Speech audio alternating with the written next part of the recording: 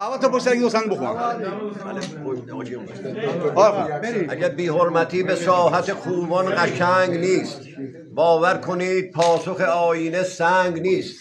سوگند میخورم به مرام پرندگان، در عرف ما سزای پریدن تفنگ نیست.